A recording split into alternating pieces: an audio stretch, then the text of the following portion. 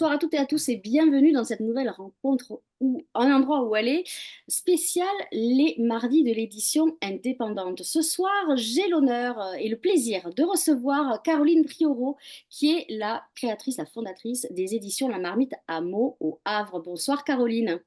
Bonsoir Nathalie, merci beaucoup de m'accueillir dans cette émission dont je suis ravie de faire la première. C'est ça. Et ce soir, une grande première dans nos rencontres, nous avons la joie d'accueillir une bibliothécaire pour vous interroger, Caroline. Il s'agit de Blandine Sell de la bibliothèque de Saint-Romain de Colbosc. Je pense que j'ai bien C'est prononcé. ça.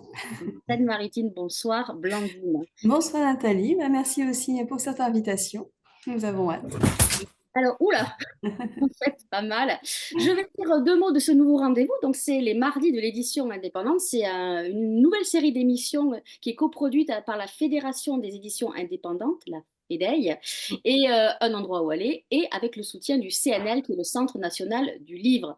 Alors, chaque épisode des mardis de l'édition indépendante évoquera l'histoire singulière d'un livre, du catalogue d'une maison d'édition indépendante, chaque fois différente. La fréquence, ça sera à peu près tous les 15 jours. Ça sera autour d'un livre, alors pas forcément une nouveauté. Ce soir, ça sera le cas. C'est un livre d'une collection, la collection Enigma. Un livre aussi, ça peut être aussi un livre phare. Ou sinon le fond, parce que le fond, on sait, Blandine et moi, que c'est très important dans une librairie et dans les bibliothèques. Les livres du fond, c'est la force et la richesse, ce sont des trésors. Donc ce soir, on part en Seine-Maritime au Havre, plus exactement. On va parler de la marmite à mots, donc créée par Caroline, qui est à la fois, alors elle a plein de casquettes, Caroline. Elle est à la fois enseignante, peut-être plus maintenant, je ne sais plus s'il y a encore ça, bon, atelier d'écriture, voilà, autrice, éditrice, et vous avez fondé les éditions La Marmite à mots. Est-ce que vous pouvez nous donner deux, trois mots sur votre maison d'édition et pourquoi vous l'avez créée en 2015? Oui, alors donc effectivement, j'ai été professeure de français pendant 18 ans. J'ai enseigné en collège avec énormément de plaisir et de bonheur. Bon, un peu moins de plaisir avec l'éducation nationale, mais en tout cas, voilà, avec les enfants, ça a été vraiment 18 ans d'une grande joie et d'un grand épanouissement.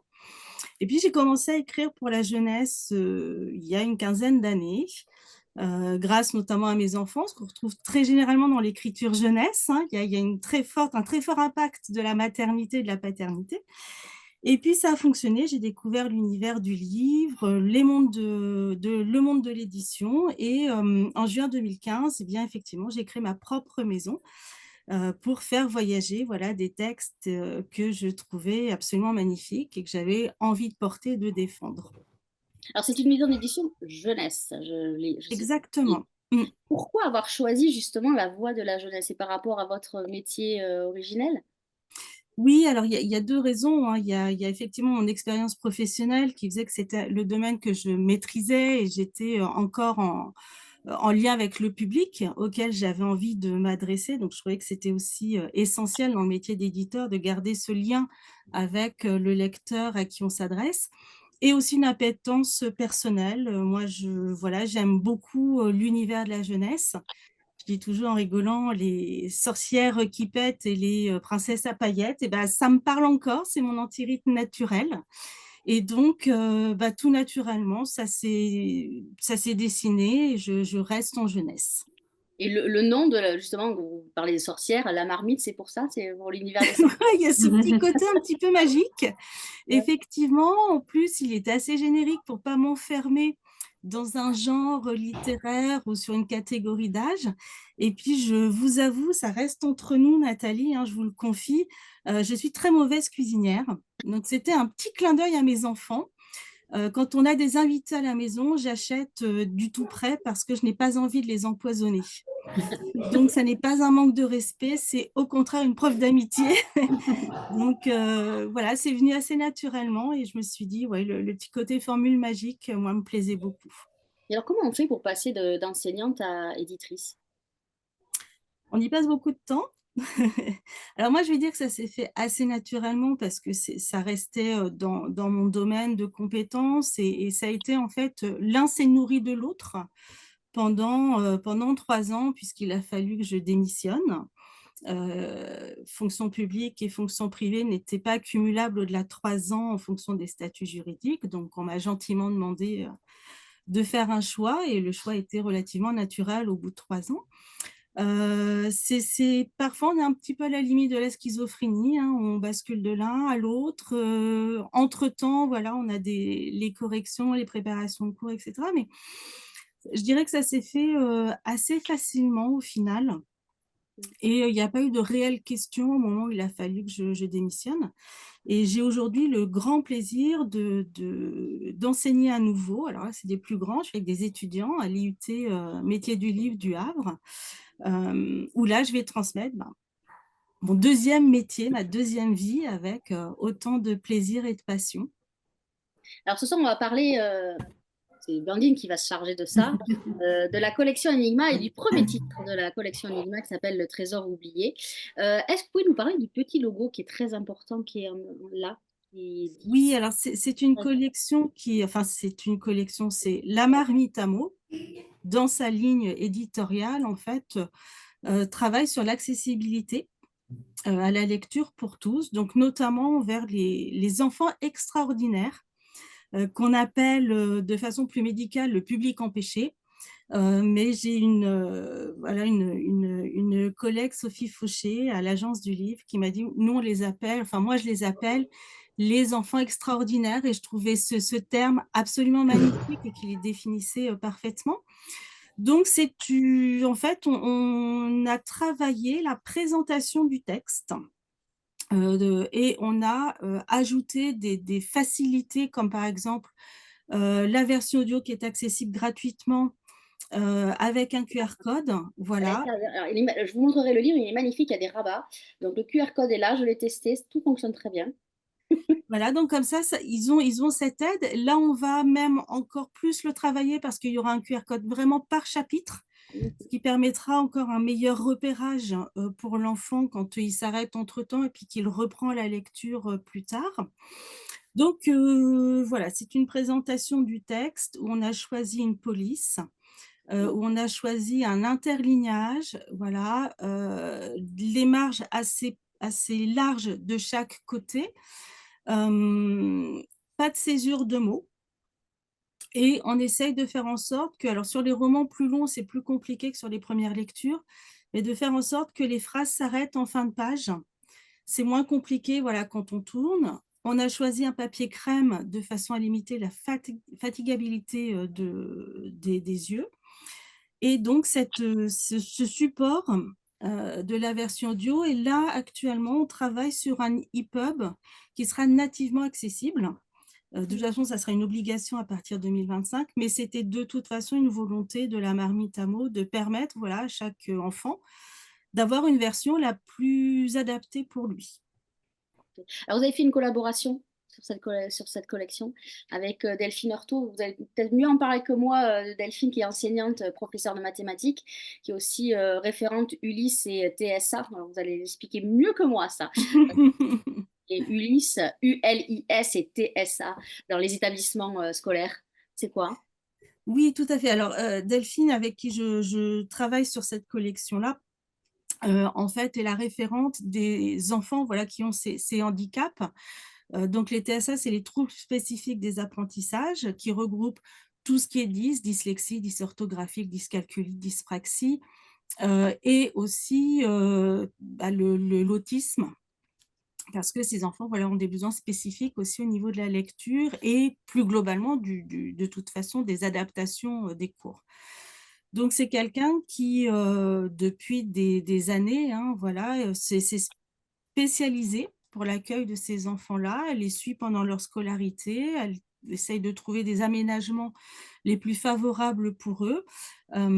Et elle est présidente de l'association Raconte-nous le monde, avec laquelle, justement, son objectif, c'est de proposer des projets pédagogiques en priorité pour ces enfants-là, et de leur permettre de reprendre confiance en eux, de se valoriser. Et d'ailleurs, ce sont les élèves qui ont écrit Le Trésor oublié avec moi, qui ont choisi cette présentation, qui trouvaient la plus universelle, en tout cas pour leur classe. Alors, quel est comment on fait pour travailler avec des enfants? Alors, tout à l'heure, une fois vous aurez répondu à la question, je partagerai une vidéo qui est une interview de ces quelques enfants qui ont participé à l'élaboration du Trésor oublié. D'ailleurs, juste un petit rappel, quand je mettrai la vidéo, comme les enfants, pour une fois, parlent plus bas que nous, je vous suggère de monter le son de votre ordinateur parce que moi, je n'aurai aucune action dessus. Mais Caroline, comment on fait pour travailler avec des enfants? C'est compliqué? Non, alors, bon, je vais faire une réponse de Normand, hein, bienvenue en Normandie. Je vais dire oui et non. Non, ça ne l'est pas parce que moi, j'avais déjà l'expérience à ce niveau-là. Donc, j'avais déjà fait des travaux d'écriture avec mes élèves, hein. On avait réécrit Roméo aime Juliette en Roméo kiffe Juliette. Donc, j'avais un petit peu quand même cette habitude de pratiquer des ateliers d'écriture. Là, la difficulté, c'est que ce n'étaient pas des élèves que je connaissais forcément, contrairement à moi, les élèves que j'avais en classe.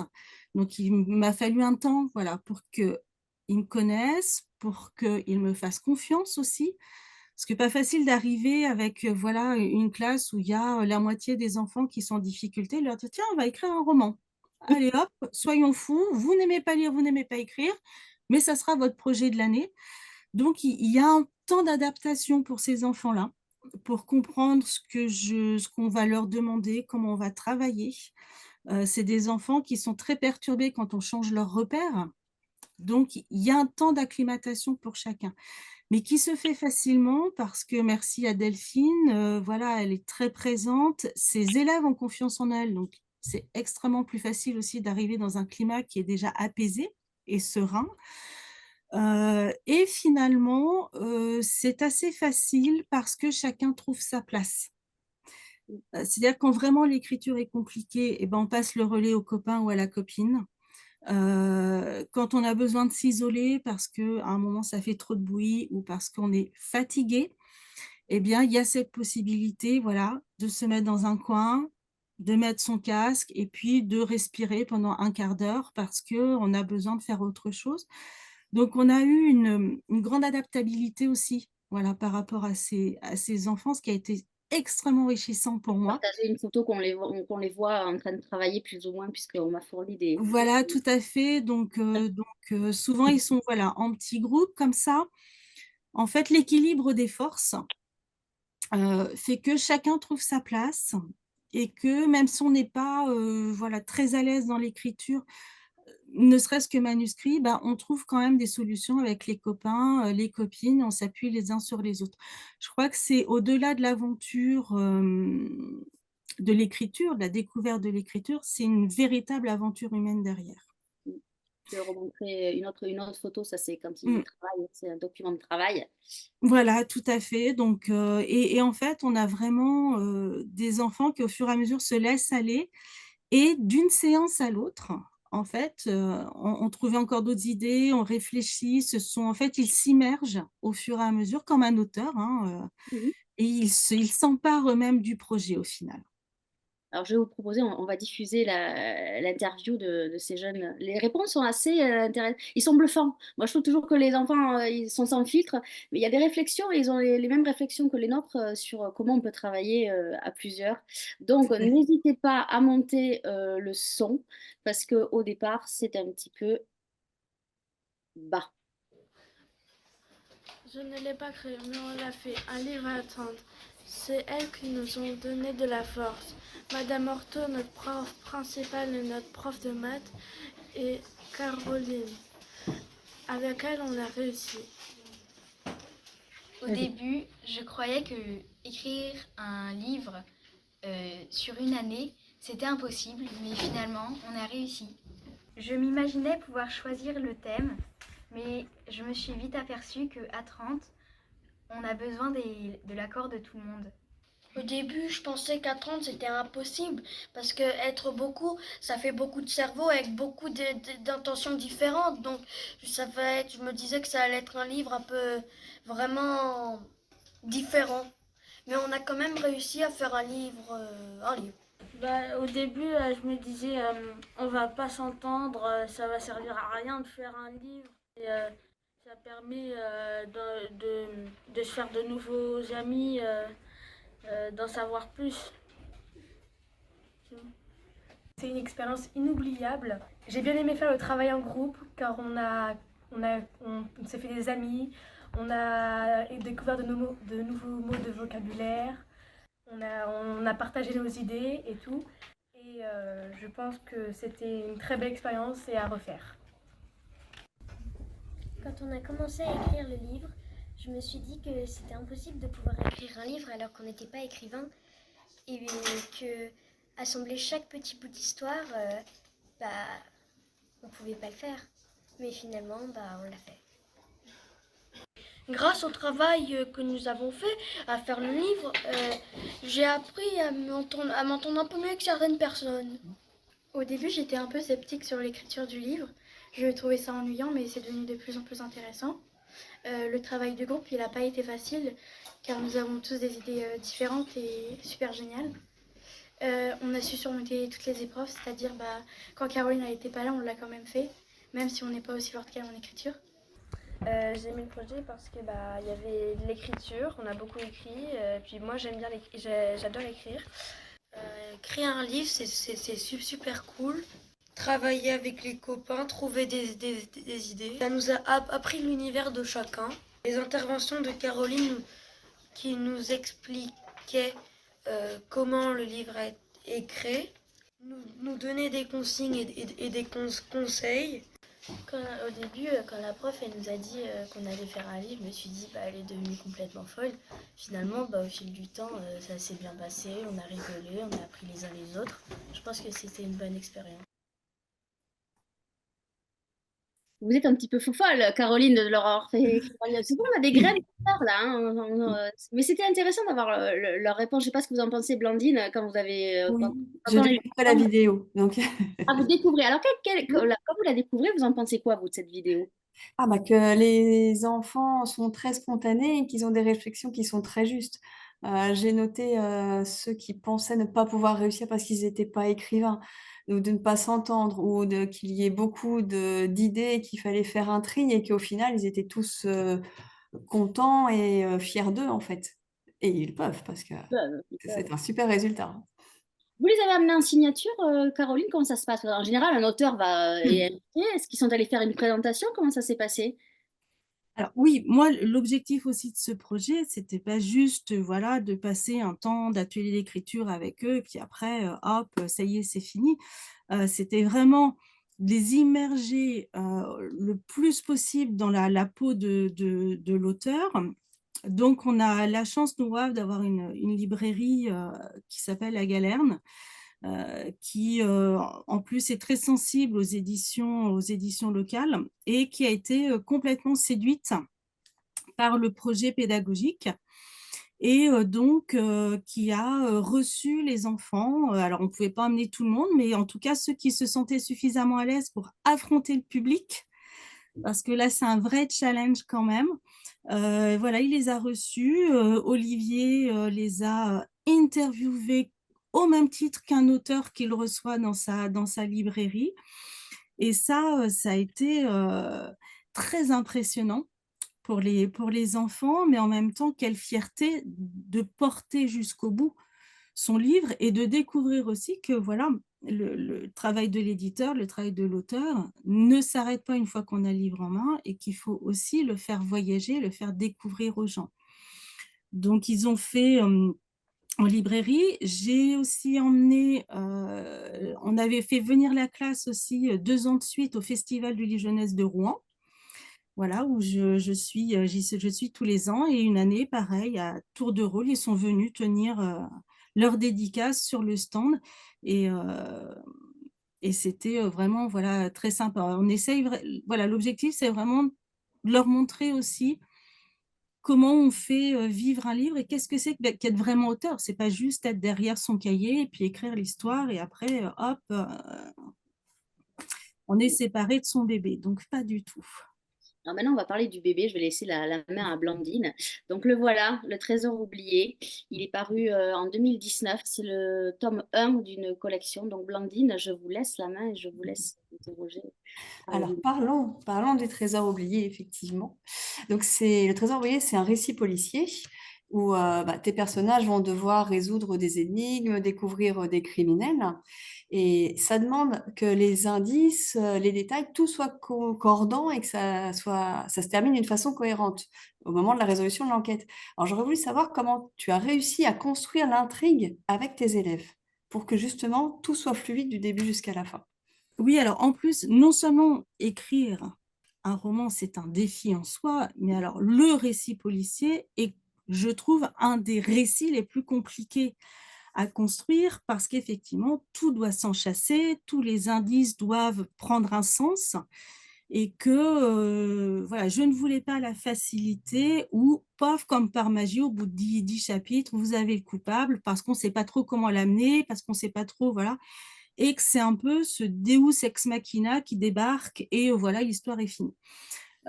Donc il y avait un vrai challenge, il y avait un vrai défi, il y avait des ingrédients. On a travaillé sur, je reviens un peu sur le côté recette, voilà, en leur disant que dans un récit policier, il y avait des stéréotypes d'écriture, notamment les personnages qu'on devait retrouver.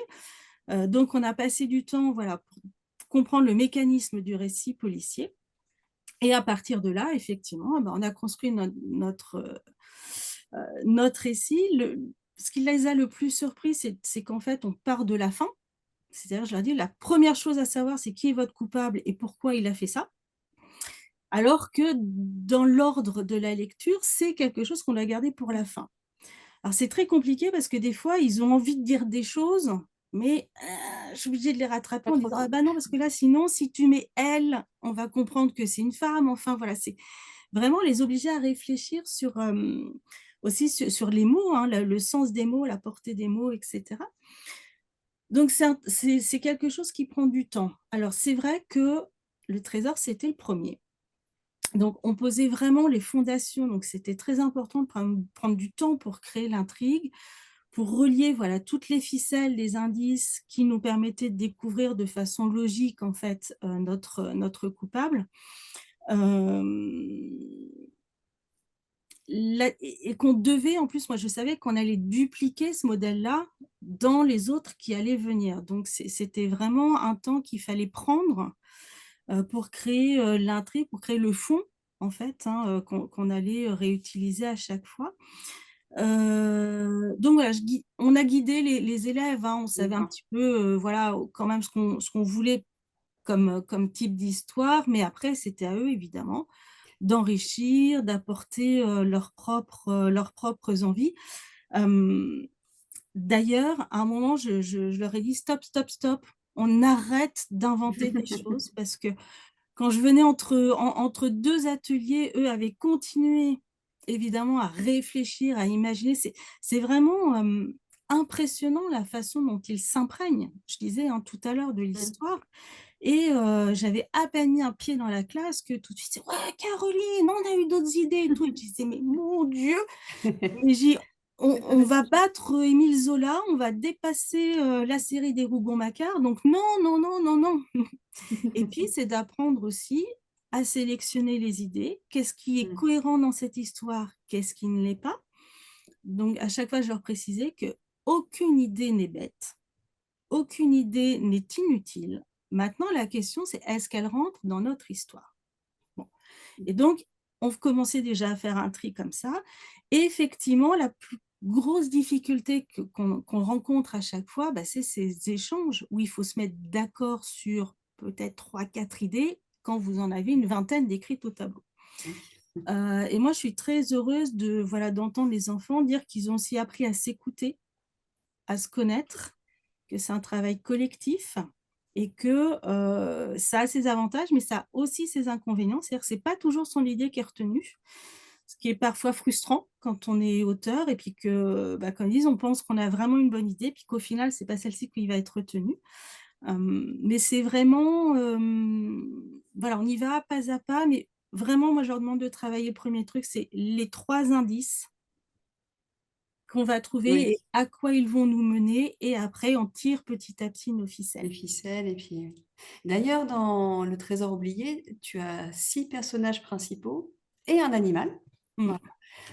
J'aurais voulu savoir pourquoi tu avais autant de personnages principaux, puis comment ils sont apparus et comment vous avez réussi à leur donner une place équitable à tous, en fait. Parce que c'est vrai que quand on le lit, il n'y en a pas un qui prédomine par rapport aux autres. Alors là, c'est eux qui m'ont posé un vrai défi pour le coup. C'est eux qui... Alors, ce sont donc les élèves. Alors, j'ai choisi le Trésor oublié parce que voilà, c'est le tout premier et que c'est aussi celui qui a créé les personnages qu'on va retrouver dans chaque aventure, un peu comme le Club des Cinq, hein, dans lequel moi j'ai baigné. Voilà, souvent, c'est ce que je dis, c'est un mélange entre Fantomette et le Club des Cinq. Alors, oui, c'est beaucoup de personnages. Plus souvent, on en découvre un dans l'histoire qui va voilà, aussi entraîner nos détectives. C'est très compliqué parce que, moi, je leur dis toujours, quand on crée un personnage, c'est comme quand on fait un bébé. On est responsable de lui, on doit le faire vivre. Et on ne peut pas créer un personnage en disant « Allez, au bout de 2 pages, je t'oublie, je te mets dans un placard et tu n'existes plus ». Là, 6 personnages principaux, je leur dis, c'est-à-dire qu'il faut faire vivre les 6. On ne peut pas en oublier un. Donc, c'est très compliqué. Alors, on travaille beaucoup en général sur la répartition du dialogue. C'est là où on essaye de voir, souvent je leur dis, bah là, qu'est-ce que vous feriez parler? Ah bah Momo, parce que Momo est un petit peu le préféré, hein. Momo, c'est notre petit clown. Alors lui, je m'éclate avec lui dans l'écriture parce qu'on lui fait inventer des mots, enfin... Momo, c'est celui qui trouve que la langue française est beaucoup trop compliquée, alors il veut nous la simplifier. Bon, enfin, c'est vraiment un personnage au niveau créativité qui est sensationnel. Et donc, souvent, les enfants ont envie que ce soit Momo qui parle, etc. Eh ben non, moi, mon rôle aussi, c'est de leur dire, là, Chloé, faut pas la laisser dans son coin, Chloé, hein, faut aussi la faire revenir dans l'action. Donc, c'est ce travail-là. Après, ce sont les enfants qui les ont choisis. Alors, pourquoi? Parce qu'en fait, Momo, Chloé, Ronan et Zemzem représentent la mixité de leur classe. C'est-à-dire qu'à ce moment-là, dans la classe, c'était effectivement les représentants, les symboles, ils symbolisaient vraiment la mixité de leur classe, les différents personnages qu'il y avait dans leur classe. Alors, les grands-parents, parce qu'ils sont très sensibles à l'intergénérationnel, hein, voilà, là, ils sont en train de chercher des documents à la bibliothèque. Et donc, ils voulaient absolument qu'il y ait des grands-parents. Moi, ça m'arrangeait parce que comme ce sont des mineurs, il fallait que j'ai quand même des majeurs pour pouvoir les véhiculer, pour tout ça, sans trop de difficultés. Donc, j'avoue que je me suis dit, c'est pas mal, mais ils m'en ont rajouté 2 quand même. Donc, j'ai dit, écoutez, OK, par contre, allez, on va se faciliter la tâche. Papy Grenier, c'est un ancien agent secret. Ce qui nous arrange bien dans certains cas. Donc, j'avais mis un peu mes conditions à la création de ces personnages. Alors, celui qui m'a le plus embêté et qui m'embête le plus, mais sur lequel je n'ai eu absolument pas le droit de regard, c'est effectivement le petit chien Rocky. J'imagine. Alors, ça lui fait toujours rire parce que je leur dis, mais moi, je ne suis pas l'ami des bêtes. Je n'ai pas d'animaux à la maison. Voilà, moi, je ne veux pas qu'il y ait de personnage animal dans l'histoire. Et ben, je n'ai pas eu du tout le droit à la concertation. Là, il y a une unanimité contre moi. Donc, j'ai dû me plier, évidemment, là, pour le coup aussi, à la démocratie de la classe. Et nous avons adopté notre Rocky. Mais c'est normal parce qu'à cet âge-là, ils aiment les animaux, c'est notre petit chiot, il est mimi ce Rocky, hein. De temps en temps, voilà, avec son flair infaillible, il trouve quand même quelques indices. Au niveau de l'écriture, moi, il m'embête beaucoup parce que c'est très compliqué de faire vivre un animal quand on ne le fait pas parler, en fait. Alors, dans les contes, pas de problème, puisque finalement, ils sont humanisés et que le loup porte un pantalon et puis qu'il soit en train de discuter avec le petit chaperon rouge, aucun problème. Nous, ça ne correspondait pas du tout. Alors, dans les dialogues, hormis Waf Waf, j'avais pas beaucoup on n'avait pas beaucoup de possibilités. Donc, c'est pas facile. C'était pas facile vraiment de l'insérer. D'ailleurs, parfois, je l'oublie. Et les élèves me rappellent que ça fait longtemps qu'on n'a pas vu Rocky. Donc Ils ont voilà. bien compris le principe qu'il fallait pas laisser un personnage de côté. Ah, tout à fait. Puis alors, un chien encore moins que le reste, hein, je l'ai bien Ouais. compris. Donc en fait, mais ça m'enrichit aussi, c'est ça, enfin, ce que j'aime dans ces projets-là, c'est que c'est enrichissant pour les enfants, bien sûr, et notamment, voilà, pour ces enfants qui sont en difficulté, qui reprennent une place dans le monde du livre, mais même pour moi, Mmh. humainement, dans ma façon de travailler, dans ma façon d'écrire, c'est aussi extrêmement important. Mmh. Mais c'est un vrai challenge, donc C'est ça, ça challenge. Ça alors parfois, ils ont une réponse, ceci étant dit, hein, parfois. Mmh. Bah, on le tue. C'est pas faux. Mmh. Pas C'est faux. un peu C'est pas radical. faux, mais non, mais c'est C'est pas pour ça, radical. comme disait Blandine tout à l'heure, ils sont des fois d'un naturel. Bah écoute Caroline, hop, allez, Ronan, on le zigouille. Bah non, j'aimerais bien le garder quand même. Donc c'est toujours Ouais. très rigolo. Mais c'est pas facile, ouais. 6 personnages, c'est un vrai challenge quand même dans Ça l'écriture. fait c'est beaucoup, mais c'est très bien équilibré. En fait, c'est vrai qu'il n'y en a pas un qui prend le dessus par rapport à l'autre, donc ça Mmh. rend la lecture vraiment très fluide, très lisible. Et en plus, ils Et leur ont dessiné des caractères très différents, oui, mais très complémentaires. Ce sont des amis. Ils leur ont inventé vraiment une histoire, un passé, donc ils deviennent vraiment vivants, on s'y attache et en fait, au fur et à mesure, bon voilà, nous on est en train de travailler le 10e et ben ça devient facile, hein, oui, ça devient vous les facile. connaissez de mieux en mieux. Oui, alors c'est pas facile pour les écrivains qui arrivent Mmh. en cours de route parce qu'eux ont pas créé les personnages, donc c'est vrai qu'il leur faut un temps pour saisir les personnages, pour comprendre leur caractère et qu'on se retrouve pas à contre-courant. Voilà, donc ça, c'est un gros travail aussi que j'ai à faire au début de l'écriture sur Avec les qui élèves. sont les personnages et comment est-ce qu'on peut éventuellement les faire évoluer. Parce que moi, comme j'ai dit, ils peuvent très bien évoluer au contraire. Moi, j'adore les personnages un peu complexes. Mais voilà, on ne peut pas faire tout et n'importe Oui. quoi parce qu'ils sont déjà dans un schéma qui Mmh. les guide. D'ailleurs, le trésor oublié, tu évoques un moment particulier de la vie de l'histoire du Havre. C'est le moment, l'époque des armateurs, le XVIIIe siècle. D'ailleurs, tu cites la maison de l'armateur, l'hôtel des Bocages de Bléville. J'aurais voulu savoir avec, avec les élèves, comment vous aviez abordé cette partie documentaire? Parce qu'on sent que ce qui est raconté, voilà, c'est fondé. Oui, alors bon, je reprends un peu ce que dit Nathalie, ce que disent un peu les enfants. Des fois, je me demande si je ne suis pas un peu folle dingue quand même. Le récit policier est compliqué. Écrire en inclusivité avec les enfants, c'est pas facile. Et j'ai rajouté effectivement, enfin, on a souhaité avec Delphine qu'il y ait cette alliance entre la fiction et la réalité pour plusieurs raisons. Alors, il y avait une raison, moi, qui m'était personnelle parce que j'adore ces romans avec un fond historique et Mmh. puis on va imaginer toute une aventure. Alors, notamment pour ceux qui lisent Steve Berry, je suis une fan inconditionnelle et j'adore regarder la note de l'auteur où il va m'expliquer tout ce qui est vrai en fait dans son histoire et sur quoi ensuite il a basé effectivement son récit. Donc j'ai voulu calquer un petit peu le modèle.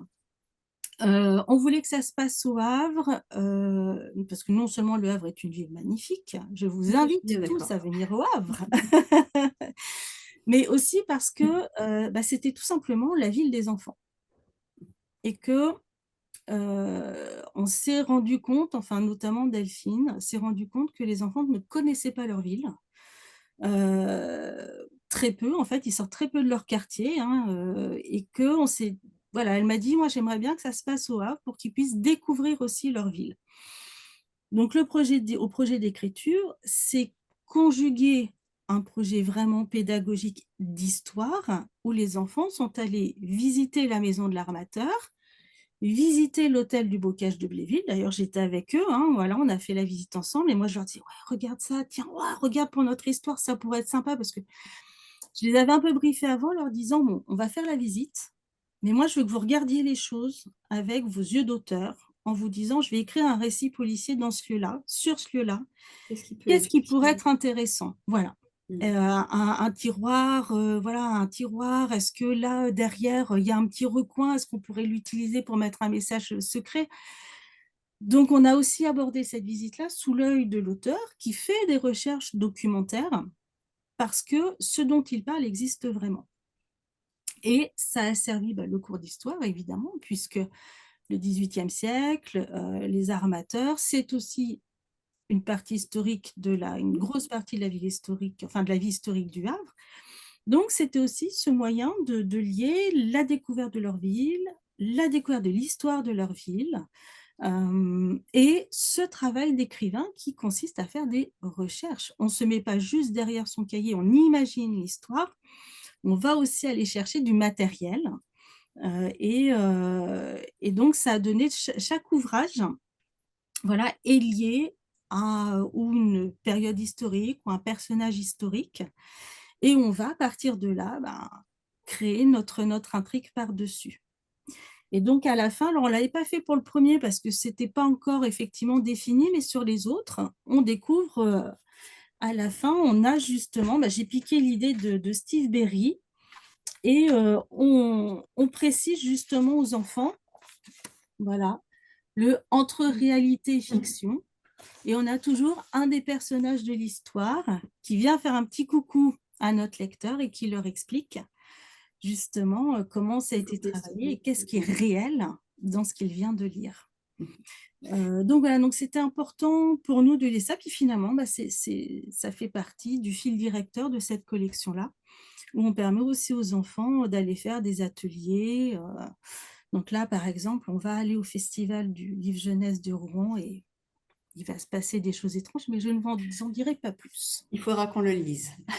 Exactement, je ne parlerai pas, même sous la menace.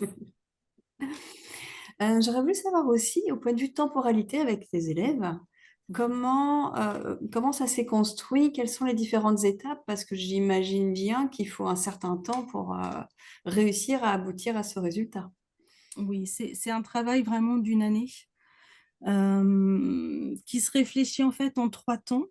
Donc, la première partie de l'année, ce sont les recherches documentaires. On va chercher notre matériel, donc on fait les visites, on rencontre les gens.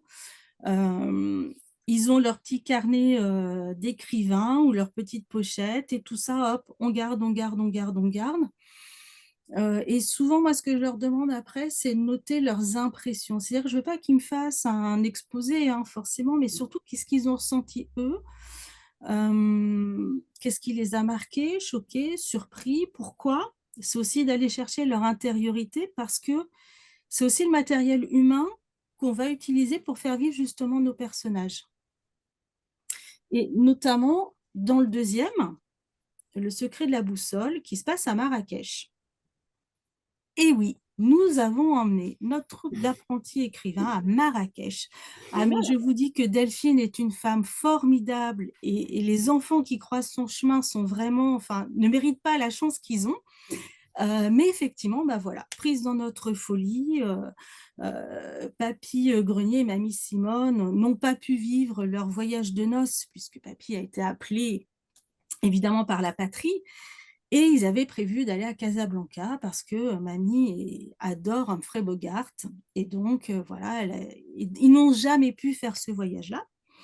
Et à la fin du Trésor oublié, effectivement, pour les remercier, ils vont partir à Casablanca. Alors, évidemment, on va emmener tout le monde, hein, parce que sinon, c'est pas drôle. Et donc, nous voilà partis pour le Maroc, à Marrakech. Et on a emmené les enfants. Et donc, tout ce qu'il y a dans ce livre-là, les ressentis des personnages, entre le serpent qu'on vous enroule voilà, autour du cou, l'appellation gazelle qui peut surprendre un petit peu les femmes parce que c'est voilà, plutôt, en tout cas, ça peut être interprété comme machiste. Les odeurs, les senteurs, le bruit dans les souks, et tout ça, en fait, le soir, autour de la piscine, dans leur cahier, on notait. J'ai dit, qu'est-ce que vous avez senti? Qu'est-ce que vous avez vu? Qu'est-ce qui vous a surpris? Qu'est-ce que vous avez aimé? Qu'est-ce que vous n'avez pas aimé? Parce que ce sont des cultures différentes. Voilà, il faut analyser un petit peu. Et tout ça, on s'en est servi après. C'est vraiment... Alors, il y a un moment très rigolo, d'ailleurs, où Mamie Simone s'inquiète parce que l'avion, au départ, part en arrière, fait une marche arrière. Et là, elle se dit, on s'est trompé, il faut qu'on descende, c'est une catastrophe. Et en fait, ce sont ce que les enfants ont ressenti. Parce que s'attendaient à ce que l'avion parte, évidemment, vers l'avant. Et là, tout à coup, vous reculez. Et là, c'était panique à bord. Première fois qu'ils prennent l'avion. Pourquoi on recule?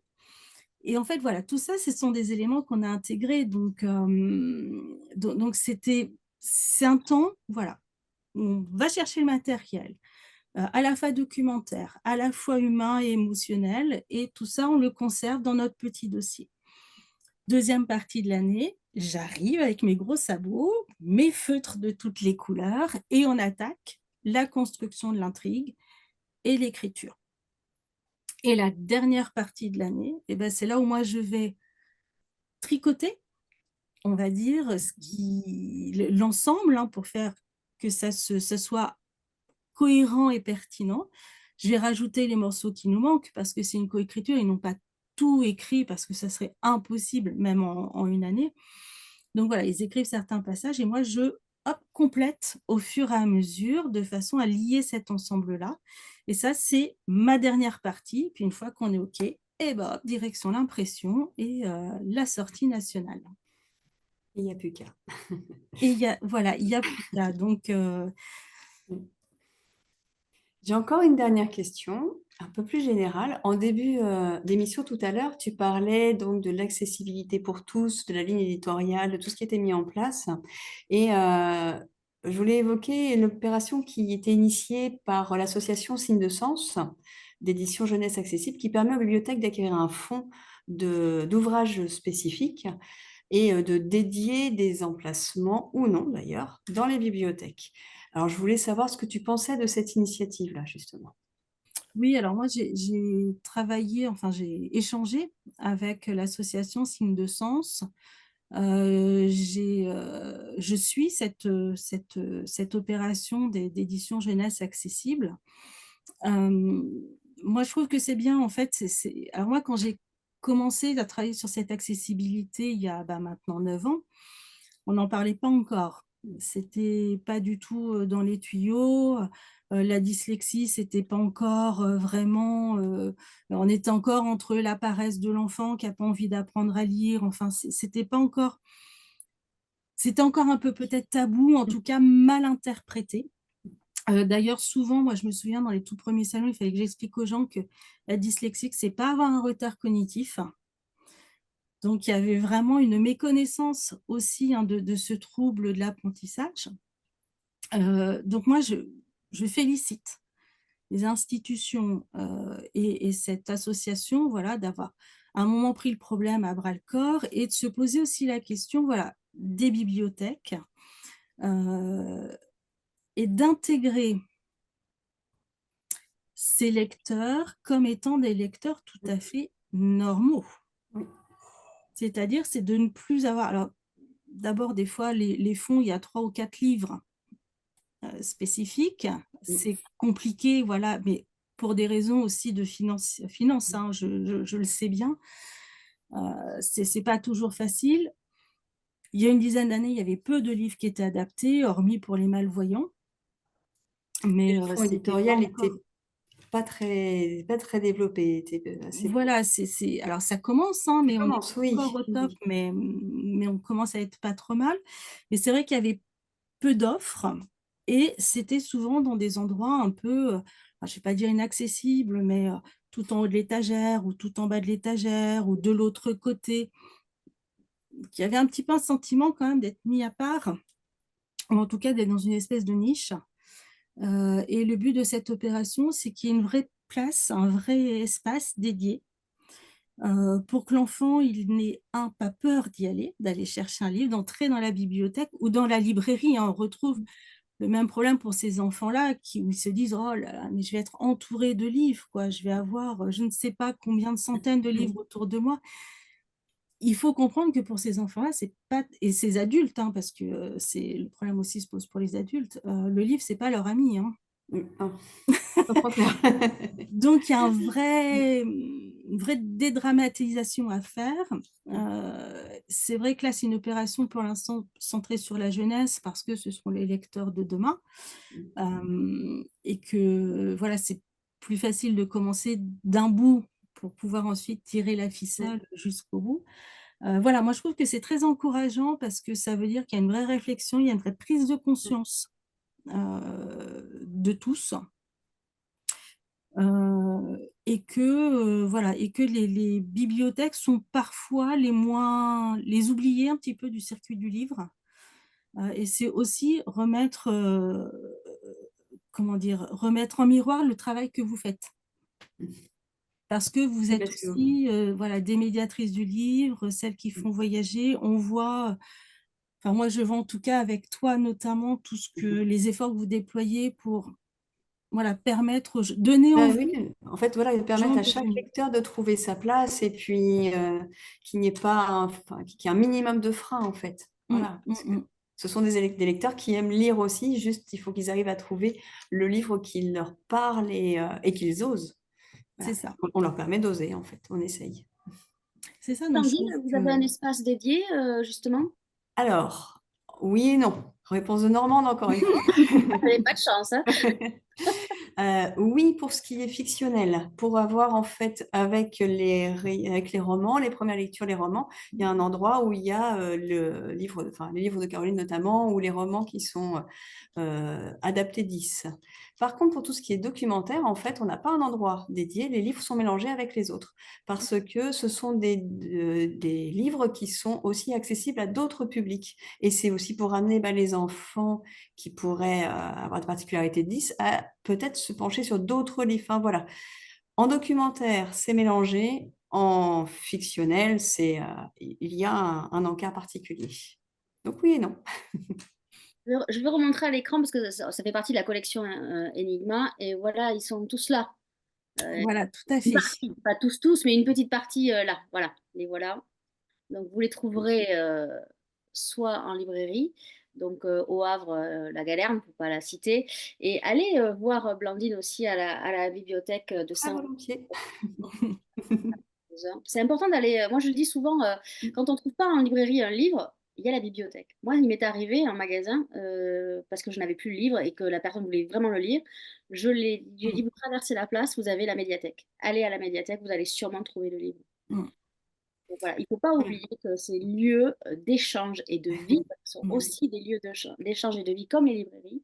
Les bibliothèques sont là pour ça. Mm. Moi, je voudrais savoir, Caroline, est-ce qu'ils se sont un peu engueulés quand même quand ils ont travaillé ou pas? Quand même, là, ils sont tout beaux, mais je suis sûre qu'ils se sont engueulés, non, quand même? Mais oui, bien sûr, il y a des moments où on se disait: «Oh punaise, on va jamais y arriver, quoi», oui, oui, oui, bien sûr, et puis il faut pas oublier aussi que, vous avez des enfants qui arrivent pas à rester sur une chaise, plus de 15 minutes, qui ont besoin, voilà, de bouger ou qui vont aller s'intéresser à ce que fait le groupe d'à côté en disant: «Ah toi tu fais quoi? Gna gna». Oui, bien sûr que c'est enfin, je vais pas dire que tout s'est toujours très bien passé et qu'on a eu des moments un petit peu plus tendus où il fallait, voilà, recentrer, c'est fatigant aussi d'écrire, hein, ça demande beaucoup de concentration, donc oui, oui, oui.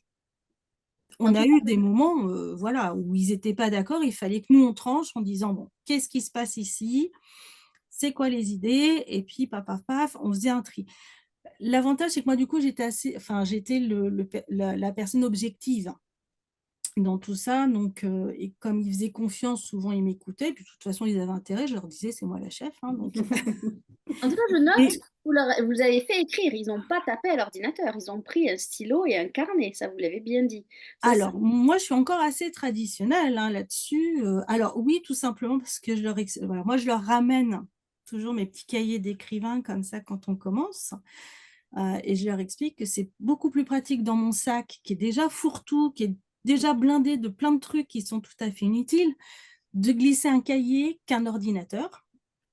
Et que moi, en plus, je ne sais pas vous, comment vous êtes, mais alors quand j'ai besoin de l'ordinateur ou du téléphone, il est toujours, enfin, il n'y a plus de batterie. Déchargé, ça marche Il est plus. déchargé, voilà. Donc moi, je leur dis: «On a quand même un super élément gratuit, écologique, qui ne tombe jamais en panne et c'est votre main». Et Ouais. là, tout à coup, ils ont l'impression de redécouvrir leur corps. C'est assez rigolo.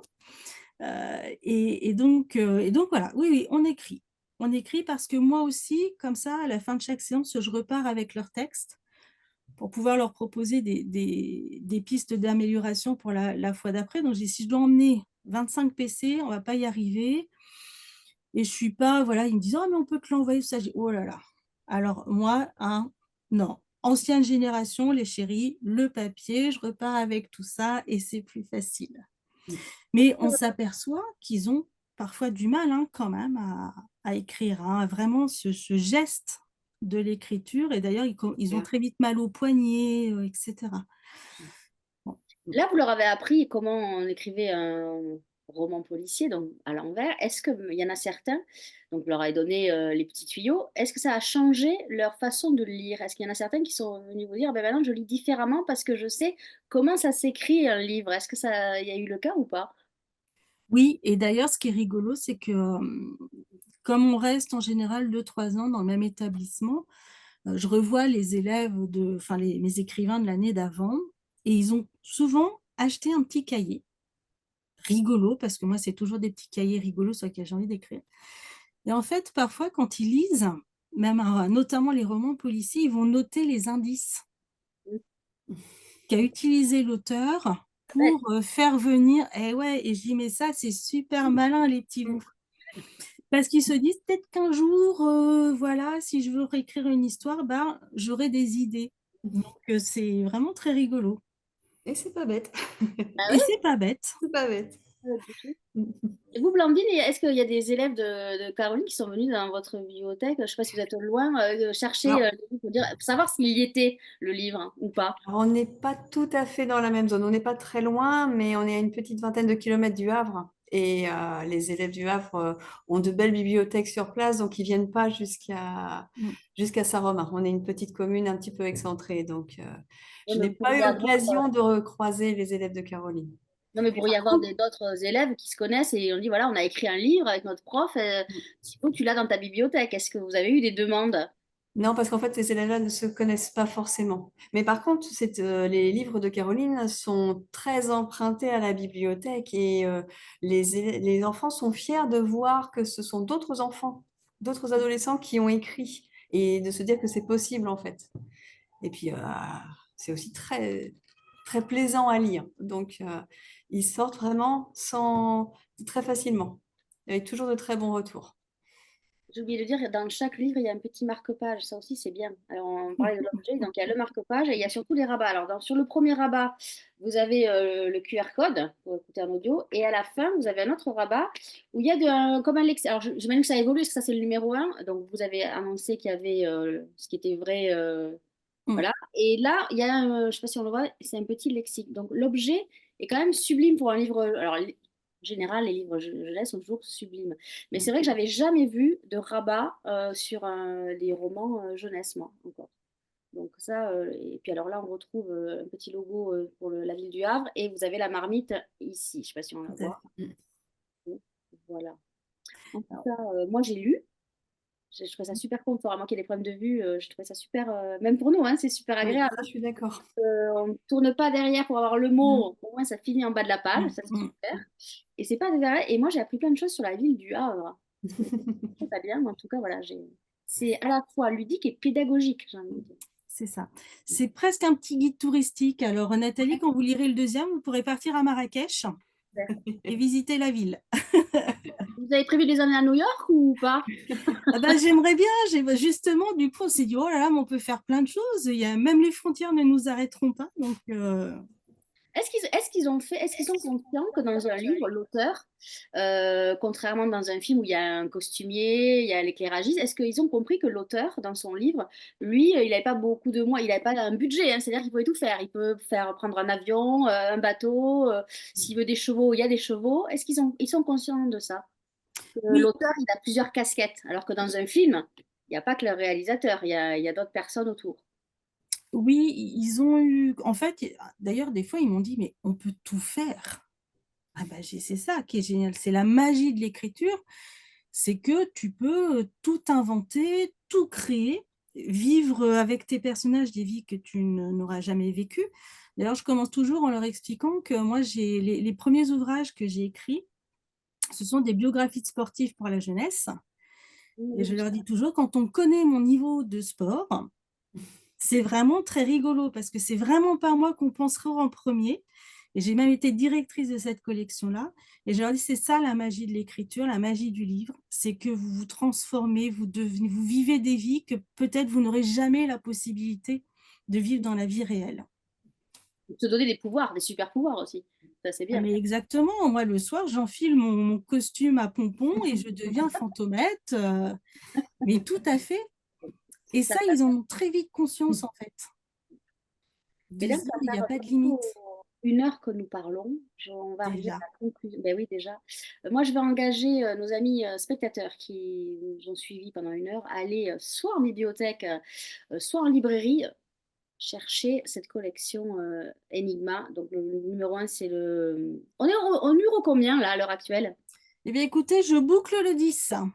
Donc, Et il ça, sortira au mois de novembre, d'accord. Jeu mortel, et on retrouvera alors le célèbre skipper havrais Charlie Dalin. Ah, c'est super. Parce que nous sommes devenus tellement incontournables que nous avons des invités de prestige. Donc, dans le Code Blog, nous avions Thomas Pesquet qui nous a rejoints dans notre aventure. Et donc là, nous allons partir naviguer avec Charlie Dalin. Ah, c'est génial. Mm. Bravo. Ben, en tout cas, belle initiative. Donc voilà, les mardis de l'édition indépendante nous fait découvrir des super maisons, on va dire petites par rapport aux grandes qu'on connaît, qui ont des Mais lignes nous l'assumons. voilà, mais qui ont autant de pouvoir que les grandes. Et voilà, donc là, c'est pas la semaine prochaine, pardon, ce sera le 8 octobre. On se retrouvera, on va aller, comme quoi le hasard fait bien les choses, on va aller à Toulouse, dans ma région, avec une maison d'édition qui s'appelle La Fabrique du Cygne, qui a pour spécialité de faire des livres-objets autour de la photo, mais pas que. Donc voilà, ça sera le mardi 8 octobre à 19h. Donc un grand merci, Caroline, d'avoir accepté d'essuyer les plâtres, j'ai envie de dire, mais en tout cas, c'était passionnant et moi, j'étais ravie de vous recevoir. Un grand merci, Blandine, parce qu'on ne met pas Merci à assez haut vous. les bibliothécaires. Et là, je suis ravie que vous soyez la première à avoir animé une rencontre.